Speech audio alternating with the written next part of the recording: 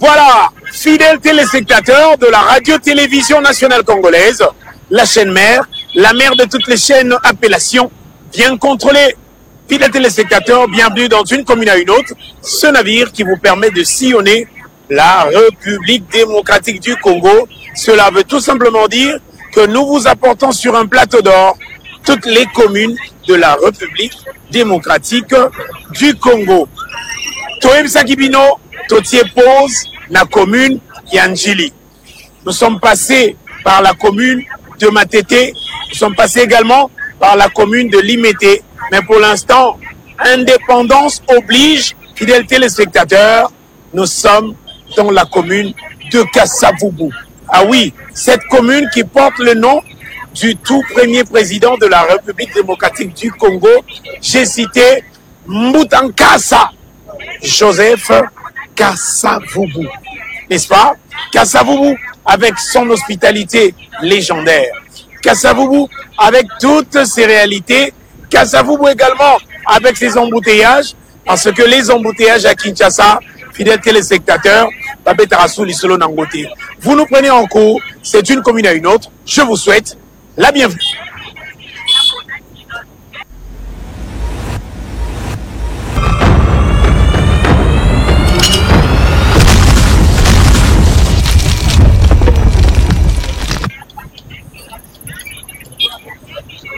Et voilà, fidèles téléspectateurs, après le révérend Daniel Clovis Mabunduka qui nous a prodigué un très bon conseil, raison pour laquelle nous nous sommes dit la rubrique ne devait porter que le nom de conseil gratuit. Non seulement les conseils y a offert, mais les conseils pour Namontonioso. N'est-ce pas? Alors, je l'ai dit dans ma partie introductive, tous dans la commune, il y a Kasavubu. Mais cela ne nous empêche pas, s'il y a une actualité dans une autre commune, que l'équipe y a d'une commune à une autre, et il y a. Nous avons eu à faire un tour de l'autre côté, entre Bandalungwa et Kintambo. C'est-à-dire Tosala Kindewana. Parce que le petit souci là, qui dérange, ils ont dérangé Kaka Bandalte, ils ont dérangé Kaka Kitambote, ils ont dérangé les deux communes. Nous avons croisé celui qu'on appelle Mbutankusu. Deo Gracias, Nkusu, Nkunzi Bikawa. Mais on l'aime bien l'appeler Mbutankusu. Ça se passe de tout commentaire. Suivez ce qui se passe dans la commune chère à Redem pour Ichibangu, Bandalungwa, et on se retrouve tout juste après.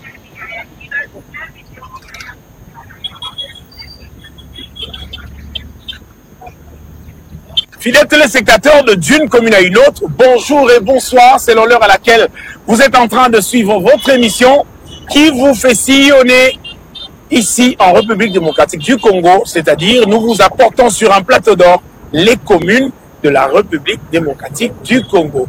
D'une commune à une autre, nous quittons la commune de Kasavubu et nous venons atterrir ici dans la commune de Bandalungwa. À mes côtés, on ne le présente plus. Tout court, on dit Mbutankusu. Voilà. Merci beaucoup. Bonjour honorable. Bonjour. Vous allez bien? Je vais bien. Mais je préfère Mbutankusu. J'aime bien. Et même moi, ça me fait du bien quand on dit Mbutankusu. Sinon, les gens vont dire encore, il n'est qu'honorable, il n'est pas excellence aussi. Bon, moi je vous pensais à Matadi. Je suis surpris. Bon, vous avez le droit d'être à Kinshasa, mais moi j'étais surpris d'apprendre que vous étiez à Kinshasa. Bon, vous vous portez bien? Oui, je me porte bien. Je me porte bien comme vous pouvez le voir. Je me porte comme un charme. Et il y a un petit souci.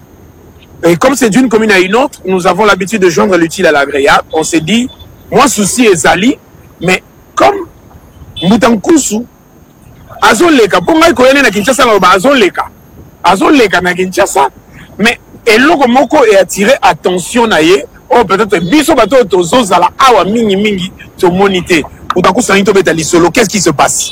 Au fait, au moni, oh tozali kolo ya pont Lunda Bululu. Ouais. Pont Lunda Bululu, na ba génération monsieur Zalaki pont Makelele.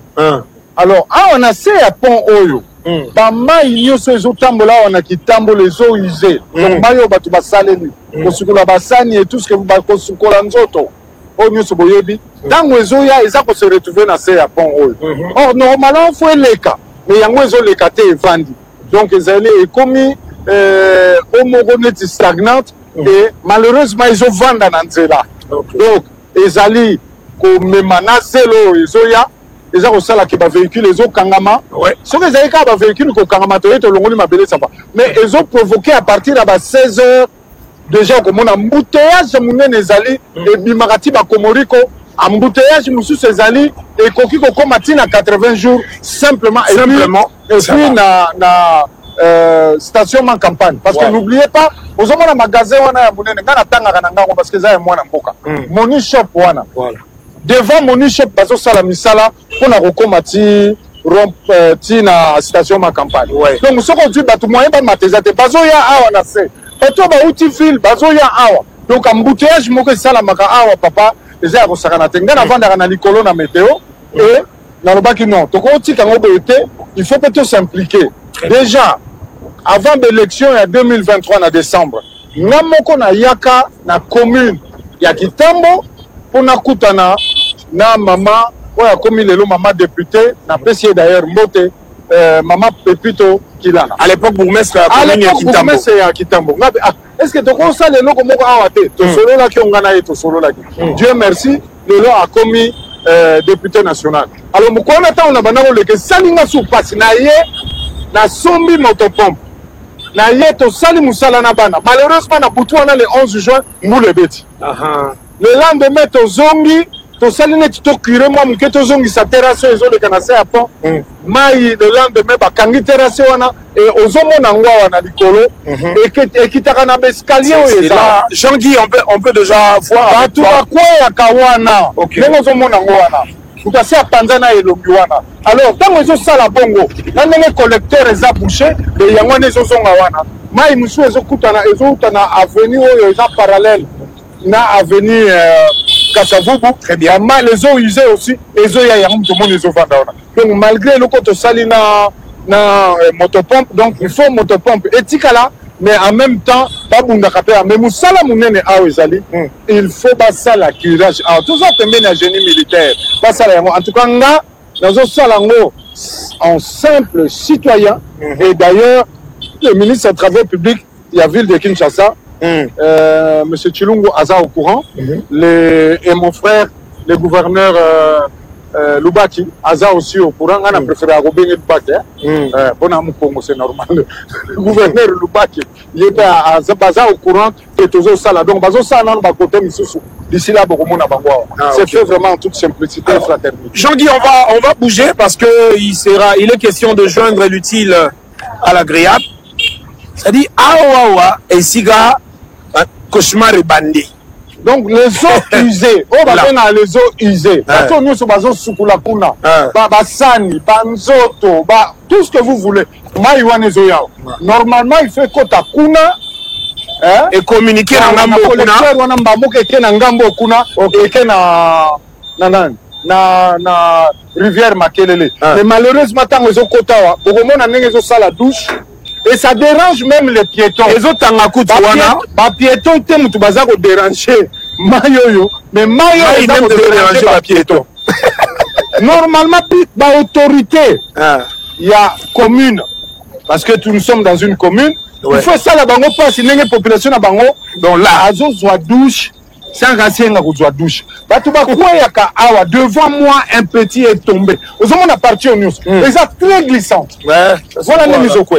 Et mayango siko lokola awa na wa songo mais c'est le roi taper le qui a quoi lingolinga c'est pas moi un phénomène moki donc au monument yo ndenge zoya ndenge zo kitawana e yawa ezo traverser te yango na mutezo ke notondisa kuna donc principe sole za ko tanga wa te ko uta likolo e koti awa terrasse yango nezo mona basala yango na lidusu nango mususu yango na c'est aussi simple que ça donc il faut un courage. Le collecteur a communiqué na weza na ngambo azozela na ye azo collecteur on est bati yango ke ne tout droit bati yango donc mai uti kuna ikitiawa awa neti mwana moko ya rétention et longwawa et keyi kuna au lieu que bato basukola boye involontairement voilà bato bazotambola bazopola et puis mai wana ekoko fanda bongo te c'est quand même des eaux usées avec tout ce que cela peut contenir comme microbes et... Voilà, c'était important, hein, d'une commune à une autre, Tokoma Awa, parce que je l'ai dit, quand Mbutankusu a lancé cet appel, Tomi Lobeli non, Makamusu ezalaka boye bato bakobeta lisolo, ozomona ngo lokola ndoto, okondimati alors que toza na Kisasa, en plein 21e siècle. Donc, exercice kozala simple. Ici, on ne s'attaque pas aux individus. Non. Parce qu'aujourd'hui, bisomon population tolingi tomi comme ça ba esclave. Na likambo moni que ça simple bokoyi comme ka kolobela. Tomi tiki à la merci pour ozomi bangaka. Ah, tant soki na lobby bakokanisa boy. Oyo, exact, non seulement bopeto, mais santé pe kolongono ya nzoto. Mbutanku solobini, ce sont des eaux usées. Mai basaleli moyebite basaleli nidi ya kosukoleza wana. Ya basani ezawana. Ya ba faux septique. On peut avoir faux septique. Et qu'on y a qu'à wana. Politique nini qu'on mettre en place pour les Kambaboué Salema. Pour sengela qui Mbutanku sunde a beta tourna qui ça. Donc il y a zalaka très regardant à qui écoute en ango. Mais un message au koki ko baki salikolo na otomoni Mbutanku.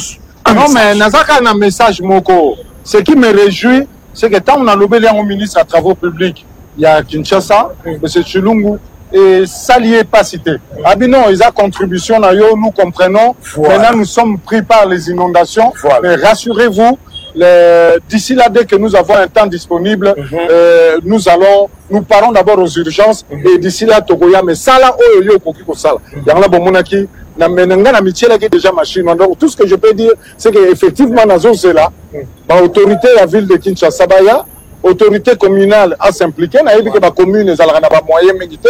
C'est pourquoi je ne les ai même pas embêtés. Mais vraiment, ils ont salama, ils ont salango en simple citoyen. Mais non, tu peux le voir. Moi, je me redevabilité.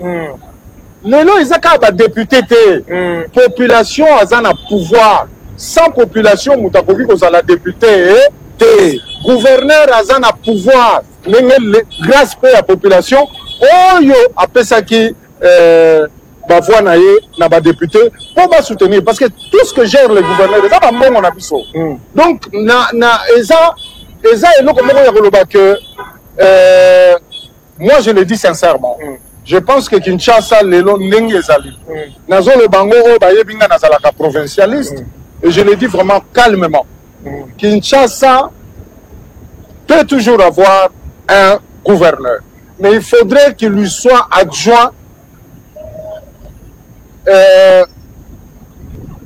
4 vice-gouverneurs. C'est-à-dire on prend la configuration gouverneur, 4 vice-gouverneurs à raison de 4 districts. De 4 districts que nous avons connus dans le temps qu'on appelait à l'époque des régions, les 4 sous-régions. Très bien. Donc nous prenons les gouverneurs et les 4. Mais les 4 doivent diriger aussi leurs entités. C'est comme si on avait un préfet et le sous-préfet. Parce que le gouverneur ne peut pas être partout. Les gouverneurs, ça se vérifie, c'est que nous avons toujours pensé. Donc, il faut à Kinshasa un statut spécial. Mouta Lubaki, Bumba Lubaki peut être là et 4 vice-gouverneurs. On me dira, il faut toucher à la Constitution. Je crois qu'aujourd'hui, les gens comprennent de temps en temps, de plus en plus, que par rapport à la situation actuelle, sur plusieurs sujets, il faut y toucher. Il faudrait absolument y toucher. Pour nous, les provincialistes, et je vous dirais par exemple que l'article 175 de notre Constitution dit que 40% des recettes à caractère national devraient être allouées ou sont allouées aux provinces. Cela ne se fait pas. Donc, un article qui n'est pas appliqué, mais ça, c'est pas grave. Aujourd'hui, nous sommes là vraiment, c'est la redevabilité et les autorités. Ce que je fais, c'est la démocratie participative. Voilà. Donc la population aussi doit s'impliquer. Voilà. Là, nous nous retrouvons, nous sommes en dessous du pont Lunda Boulou. Pour Nabanza, biso tozaka pena mikie nandine tateke toyebaki makambango minya mbongo potango bako tongango. Premier ministre Zaka Papa Lunda Boulou. Lunda Boulou. Lunda Boulou. Nde yango moni et influençant. Et comment va te délai pour ma quelle autre. Beaucoup de véhicules et Kenda mon grand-père a boti maman à Koufawana. Ah, voilà. Donc vers les années 74. Je ne croyais pas si bien dire. Grand-père n'a pas vers les années 74, donc on a combi na madame na donc na kati. Ils ont appelé Sigamoretiak à moi, souvenir Ming Ming Yamabe. Alors, on était là pour partager une pensée, pour vous faire vivre une réalité. C'est vrai, tant d'une commune et l'Obakaro qui connaît, ah, petit bandit à linga tiré. Ici, on ne tire sur personne. L'intérêt est commun. L'intérêt est général. C'est pour le bien. On attire l'attention des autorités. Au contraire, on ne tire pas. Non, on ne tire pas, mais on attire l'attention. Alors, fidèles téléspectateurs de Tune Commune à une autre. Nazara Makas na français na classe. Cours quand on a besoin de mathématiques. On sait que tout ça va mis balai. Non, parlons sérieusement. Alors, c'était un plaisir parce que Azara Moutoubende a bangonga mingi mingi te. Mais Andy Maketo Kangaye Awa. Pour que tu bêtes l'isolo Oyo, c'est à nous de vous dire merci. Non, pour la population, Nazalaka toujours n'attend. Je pense que Bayebi Fin a passé professionnel. Je suis un jeune retraité. Ouais. Mais dans le but, nous sommes en Yékolo, on a FIFA. Pourquoi un jeune retraité? Mais dans le qui s'arrêter à avec plaisir, Jean-Guy. Avec le même impact. Hein? Bien sûr. Qu'est-ce que vous avez constaté de l'autre côté?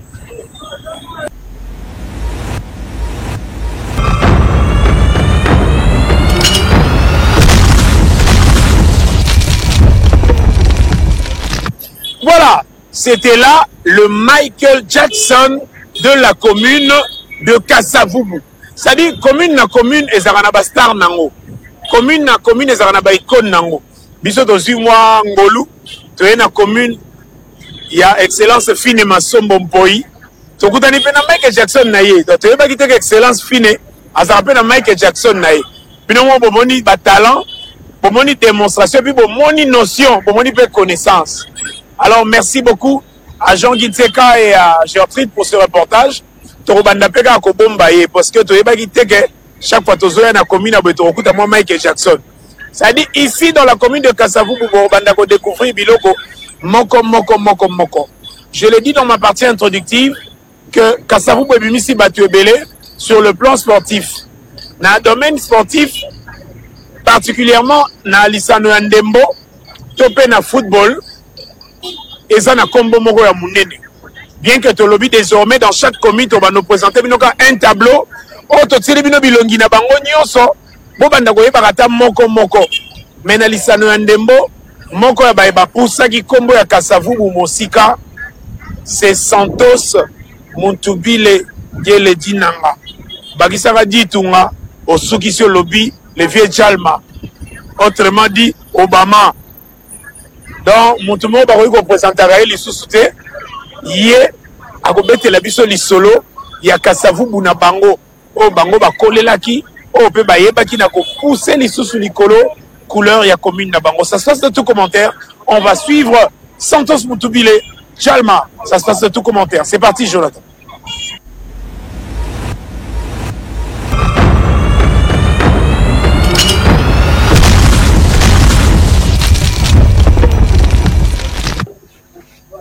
Bonjour, monsieur le monument. Bonjour. Nabato bakotala yo. So basengi opesa kombo na yo na mobimba pe na mulai na nyonso. Ekota na surnom na sobriquet nyonso, nom poste nom prénom. Ndela, Jalma, Santos, monde entier, Ditunga, Santa Maria. Bakombo le kebele. Nabagisi Obama. Obama li susu wana ta unaweki na coupe. Wana ta mshaneye. Wana ta mshaneye.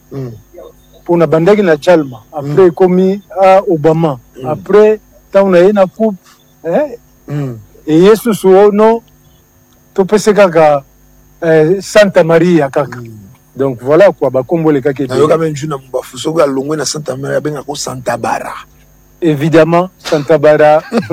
On a la période d'animation. Voilà. Voilà. Chikoyo, Santa Maria, moi, na commune ya Kasavubu. Kasavubu représente à nini pour la Santos Muntubile. Motolu nanga bakunda kuna. Ah. Ah ouais. Donc, nasala makambo trop na mabele mami. Oh, babenga mabele mami. Donc, mboka wana, mboka, toza lokwa ba leader. Donc, Kasavubu eza munene, Kasavubu esali ba Tex Mbungu, esali ba Mana Mambweni, esali ba Fifi Nzuzi. Mais moi, na bango moko, leki na bango moko ayaki, Santos Mutubile, asali owa kwaye kosala. Donc, belle époque, tant on a yaki nanu muke. Voilà. Démarcation wana, pona yo euta wapi, po avant yo, kutaki pe batu babima ki déjà na Kasavubu. Mais nini ye kosala que Santos aye, icône, secret aye. Fleur. Nzambe mutapesaki yango. Alobi mwana oyo ye muta ozala fleur a commune oyo. Parce que tango batu bazoyoka quand Christ est roi kama bele. Donc kama bele bandi sport asosa victoire sayo. Wana kama bele. Mais sikoyo Kasavubu mobimba. Ngana jwaki yango en charge. Donc nasali makambu trop na côté Ndembo na Kave. Voilà. Alors, tant beaucoup kola na Kasavubu tolingi lelo Santa Maria biso esika lisano ezalaki wapi école ya bomwana bozai kotanga wapi betela biso binda lisolo tolanda. Ngana beti mingi na c'est vrai nazaki immigré na Bondo o babengi na Ngirengire. Voilà. Na ye kolongwa kuna na ye na terrain sosa epai tofandi terrain noir. Nake na epai babengi Samka na epai ya hôpital ya munene ya biso yo to benga ngo à l'époque c'était Samka quoi. Donc epai biso vraiment to beti Ndembo eza ba place wana. Voilà. Mais to linga to fungola parenthèse moko na carrière na yo zaki na moto ba koma komona bino lokola bana mapasa et jeune Goïka Bongo.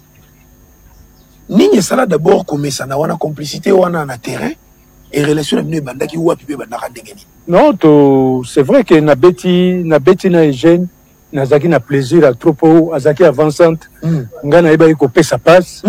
Donc duo wana tambulaki monde entier. Eza en Afrique, eza en Europe, batu nyonso tout balingaki ke to betaka ensemble. Même na poto. Ezalaki tango aza na Lyon, ba Lyonnais bazoluka basombanga. Ndapene bekipe ono ya okende baolanga ke basomba les jeunes. Donc toaki na complicité moko ya makasi, même mokonjo ya kala Maréchal alingaki biso alingaki bino makasi. Toaki vrai bana naïve moya solo. Ah tout à place on est là on est créé comme moi jalousie parce que comment même na balabala banzela toza bana mki totala ba photos aka bino mi balé. Kasi jalousie ba congolais. Et ben uta musika papa. Donc il faut to lukato tika makambo wana likambo jalousie. Donc soko mutu azan étoile na ye faut tika asala na étoile na. Donc voilà quoi. Bongo siko Jalma likambo ya Ndembo biso to mona kapa na yo au forçat eza lokola don. Mais et bandeli yo na âge nini peu précisément ou plutôt nanya lingisa ki Ndembo. Non mais na bandi na ba 8 ans. Ba 8 ans ndeka bana o ba kolaka. Na zobeta na ba terrain na Birmanie surtout. Voilà. Donc ba terrain na biso yaki yango wana. Donc ba tche ba poto ya ba bambou ou bien ya banzeta mbila. C'est là où j'ai commencé là sur Tokobeta balabala Kibambi et Robeta na Yongo par exemple. Alors tant on a dans le terrain, nazo dribbler l'em sous équipe mobimba. Babi mais moi no a phénomène. Moi no aucune musique. Ba vieux yakala babité. Moi no yo a aussi la carrière monene ya football na Congo. Bon, les CLC na saliango. Donc na remercier Nzambo Yangai, Nzambo ya Jalma qui a pesa Yangai moi fleur one. Tout qui disco na bakumbo ango Jalma et où tawa bébé l'axaranine. Jalma yaki tangu qui appelé yi. OK. Yi Congo. Donc bisonyo surtout banamike bazo surnommé biso ba Santos, ba Jalma, ba Pelé. OK. Donc ainsi de suite. Okay. Alors Ngai ba pesa inga kombo Santos parce qu'il y avait eu un vieux comment on est sous Santos ça va faire une victoire. Okay. Babi ate to pesa ka garçon yo kombo ya vieux Santos. Okay. Donc kombo Santos. Donc Santos ça kombo bima na ndako papa na mama te. Jamais. Comment on a bimana Jean. T'as la révélation boy. Donc Jean, comme on a prénom nanga barobe ngangai. Comme les ali ngalula Jean. Ok. Donc na landi basi. Yo landi bana basi. Voilà. Ok. Donc yo zana yo Jean, mais ce qui va beta li solo no mtalobi Santos Montubile. Donc comme référence. Au moni Jean babosana yango donc quand ça n'a pas passeport on est ça nango même Santos n'a passeport on est ali Paminde balwaki to tchaka Santos donc voilà quoi Santos Montubile situation on a comme mot significatif hein on a pas basonge na chef munene na basonge na chef munene yo carré donc barrière arrière grand-parents nangai baki ba konti munene nazaka elimati bato baye barate elima yango on appelle ça ratam talinga simbwa ezaka esio kimi esio kimi voilà oyebi yango kitoko mais goût wana sikoyo footballeur munene au fait rêver ba génération oye sous basculer entraîneur au lieu pe sukata te entraîneur ngo kata banzadi et simbi lisusu finalement jal mezani narataki kokende en tant que footballeur narataki kokende coupe du monde boyebi histoire torataki on a Lubumbashi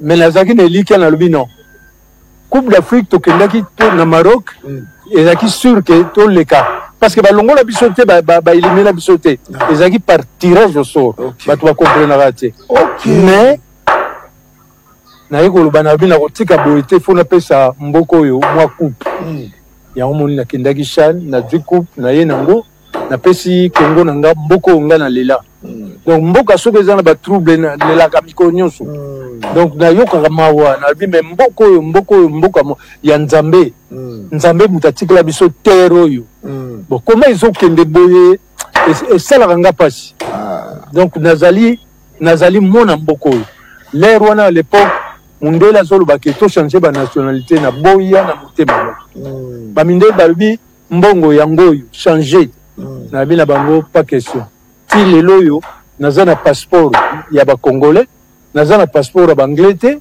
ndenge ba misusu bazali ba komi lelo ba légende parce que baza na ba passeport ya ba anglais na ba français voilà au fungoli porte moko wana na bière on a banda ku ba souvenir et la muki kasi fo boye baka ngo na aéroport bana ba ko yana ba passeport ya ba anglais passeport ya ba français na passeport ya ba belge biso to bandi bale awa na Congo na passeport ya ba congolais to sisi bale na ba passeport ya ba congolais donc voilà quoi donc motema na biso ezaka na mboko très bien Chan na banze zaki 2009 na lingi na mukuse poto ebike na phase de poule Ghana beti biso makambo ngo ndenge salemaka final lisusu Ghana balobi il paraît que bamona yo te 2-3 jours avant match omona na kati en dehors à l'entraînement balobi tchalma concentration balobi otala vidéo ya match ya liboso na Ghana ta 10 fois ouais na souffert même na zoki malade à cause de ça balobi obeli na beli na bi jamais équipe ya Ghana ko gagner biso 3-0 nazaki na talent moko fou so na calculer ba matumona na calculer ba mputu na tali ba lofo ba bedi mbenza na bino ba petio ba ko jamais ko polona équipe na tali cassette ba bivi au talango donc didata 10 fois plus que ça na bimagate na liaka te ta na tali on a bi jamais ta on a bini pendant que entraînement na ba petit les derniers jours na bisi bango petit toyo de coupe et puis un visionnage sous côté le lobby to zuba voilà exact fouilla pour match on etika biso na vertige non nazalaki personne ni vidéo ya suka le rotali nini obima na assurance lobby to zuba parce que na moni ndenge nini Ghana zo beta na lobby jamais oyo Congo na mputo awo na bedi awo nazana loko awo nazana na jamais biso to ba congolais et coupe na zo zonga nango Kisasa yango wana exploit wana tosalaki yango tozolela ke tokende lisusu na coupe du monde. Vous comprenez, c'est vrai baya na biso babetaki coupe du monde. Alingi bano ya lelo yo biso to raté bano ya lelo yo bakende pe coupe du monde. Non balinga ngai parce que batala comportement nanga. Babi veo yo alinga kozala na biso. Il faut biso peto yo ka conseil na yi. Ezala na équipe nationale, ezala ba ancien footballeur, bango nyonso bapesa nga respect. Kaka moko abimaki muke na nzela. Bon, là nalimbisi ye namoni moko yango etungisaka yo etungisaka nga mingi parce que par exemple tolingai mingi oui nalingaki vraiment de cœur mais moi na BBC abungi nzela mais nasi na pardonné ye na pardonné ye il faut pardonner yo ba obate ba so ke tomboki mais natiki mwana dekonaki muke bon lokola esili voilà toyoka mena lisolo balobi so bato babanda makambo ya location baoke koluwe joueur do yo na bayaka baoluwe yo baokambusa yo mais makambo onde c'est-à-dire mutu baoluwe mutu parmi yo babanda baozonga indeni naza na terrain sosa na 7 heures na beti match esili bazozilanga na car moko il faut préciser beti kuno sopi batie ba na sali susu ba dernier de kata badjinga na car bakenanga kan luka na ita bato mingi bayebi kaluka te me nasala bademonstration kaluka ezalaki terrain na nga na ita na longwe kuna bazozelanga bato ya yolo na jour moko nazozonga bandako ba 18 heures me nazongi na mwalare c'est-à-dire badepane nga mpona vu tosala makambo donc histoire moko mulai ya jalma donc dommage ke mboko na biso la misusu biso mutu bakosalela bamonima bakosalela biso bamonima balobi ke non mutu asali mingi na mboko na ye sur l'équipe nationale nabi jamais natiki bale mais nalingi nakoma entraîneur nake kotanga nake ti Brésil nazongi ainsi de suite tiler naye kopesa coupe motema na nga ekiti yango moni natikili bapeti tasala continuité ya mosala ya ndembo napesa kaka baconseil nazomona na image yango arbitre a sifflé match esili le pas reçu Chan natie kaka boye on a ce que nini ezoleko na mutu déjà fantolongo aéroport na kini bele bandimaki te koya bandimaki te même ancien chef de l'état alobi ce n'est pas possible parce que na 14 heures abengi nga ntango abengi nga binazoya na coupe na Congo andimaki te